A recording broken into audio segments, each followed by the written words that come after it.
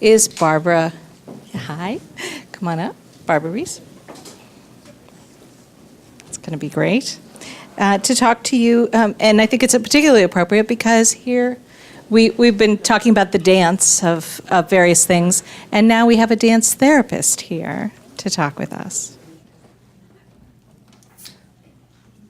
Thunder, lightning, anger, and tears. The process of recovery goes through darkness, and I feel very privileged as a private practitioner to have been by the side and gone through the process of helping people come to full and complete recovery, from early intervention to severe enduring eating disorders, which of course that part helps us be very passionate about the early intervention and bringing me to finally becoming an FPT therapist. But I was asked to speak in my experience as a dance therapist, and my early years, my passion for the field of eating disorders comes from my own experience in the dance world, where my cohort of dance students where I was, people either succumbed to eating disorders or became very passionate. And I remember the day when my friend Tina had lost about 20 pounds in 3 weeks to get ready for performance, and our fat-phobic ballet master said in front of the entire company, "Keep up the good work, Tina. I can see the shape of those legs coming." And that changed me forever.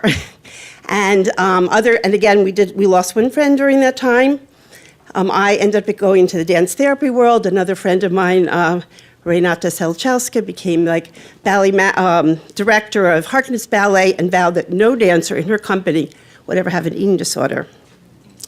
But I went on for my dance therapy training, undergraduate and graduate, had the wonderful opportunity to supervise interns from around the world. And I think the most important lessons are in dance, and that dance is a universal language, and in cultures from time on and around the world, African nations, American Indians, the Latin countries, dance is a form of communication, and it communicates what cannot be said in words. And dance in its expressive form is not repetitive or competitive, but expressive. And in dance, in a movement, we go backwards, we go forward, we go backwards, we go from side to side, we go over, under, and through. And I think that is the process of recovery. And one of the messages I would like to give everyone today is you've heard all these research and all these techniques, and basically, and of all the things I've studied, I am actually certified. I'm very well trained in DBT and CBT, but nothing to me has as much power as FBT, because in FBT, the power is in you. And the power is in the family, and the power is in community. So I really want people to take that as people can take a breath right now and really think about everything you've learned today and come away with, and don't let any of that intimidate you or overwhelm you or in any way take the power from you. And when I work with children, adolescents, and adults, I always want to get to what is that eating disorder force that's in them. I never assume that their ed is male, and I never assume that it's human. So I ask 3 questions. I ask them to choose to get in touch with even little kids, what is that force inside them? So I ask them 3 questions, and I ask if they can choose from a weather, an animal, or a character from a fairy tale or Disney movie. So over the years, I've had clients explain and put into drawing tornadoes, thunderstorms, tsunamis, ferocious tigers, sneaky foxes, bears that bully, lots and lots of seductive and manipulative Ursulas from The Little Mermaid, and very commonly from Snow White, the Wicked Witch, the apple, where she was very deceptive and had, I guess, an image, and then she changes her image. So that's a very popular one also. And these are these internal images, these internal experiences, and they're not psychotic. It's part of the eating disorder experience that whisper to the person, you are not good enough, you don't eat it, be strong, don't give in. And those internal experiences are with them 24/7. And that's where you as a parent, you can take someone to their licensed professional, see them once a week, but you're with them when they're eating, and you're with them when they're frozen, and that's what they're hearing internally. So I really want, again, to give you the message that the power's in you, and you're with your loved one 24/7. The licensed professional is only there for certain hours. So I hope everyone had a wonderful day, and F.E.A.S.T is with you.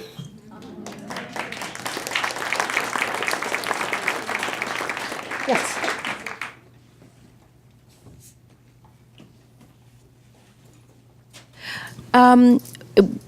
My daughter is an adult. She's 23, and she doesn't live with me. So is that something that's still important to do? I mean, she also feels, and she said this, that she's trying to individuate from me because I'm a single mom by choice. I adopted her. We're very, like, Gilmore Girls-ish, and she's, like, trying to live her own life now. So, like, would you think, and I keep reading this about family-based therapy, how important it is. I'm thinking, should I just do it, or should I, like, not do it? She's, like, neutral on it. She's like, I'm good. She's getting help.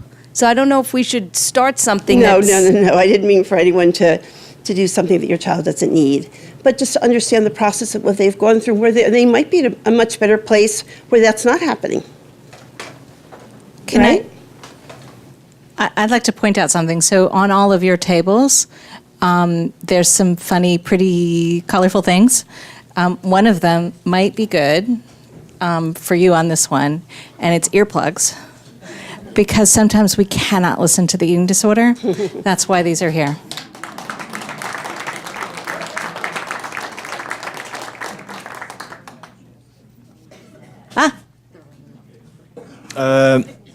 I have one question. So my daughter started her journey through dance, and she wanted to, change her diet and, become the better dancer and lighter and jumping, and it kind of got out of hand. And we have been stopping the dancing and just been in an immersive program, and we have been reluctant to get back into it, but we thought about a music therapist. We are, in different forms of treatment, but what's your approach if someone has been a dancer or identifies primarily?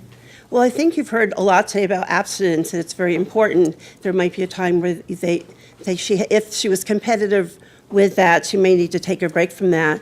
But sometimes also it's just even a matter, if she does, when she's all better, people then choose other companies that are less competitive or there's more body diversity in the dance company. I've worked with many dancers in my career. I can talk to you about it later, but they've all gone on to choose where they've never they've put their health first and their recovery first, and wherever else that fell in the dance world, that's where it fell.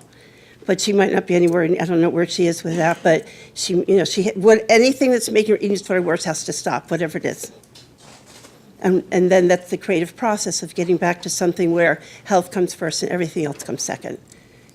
And again, it might even be just something as simple as changing dance schools where there's much more diversity.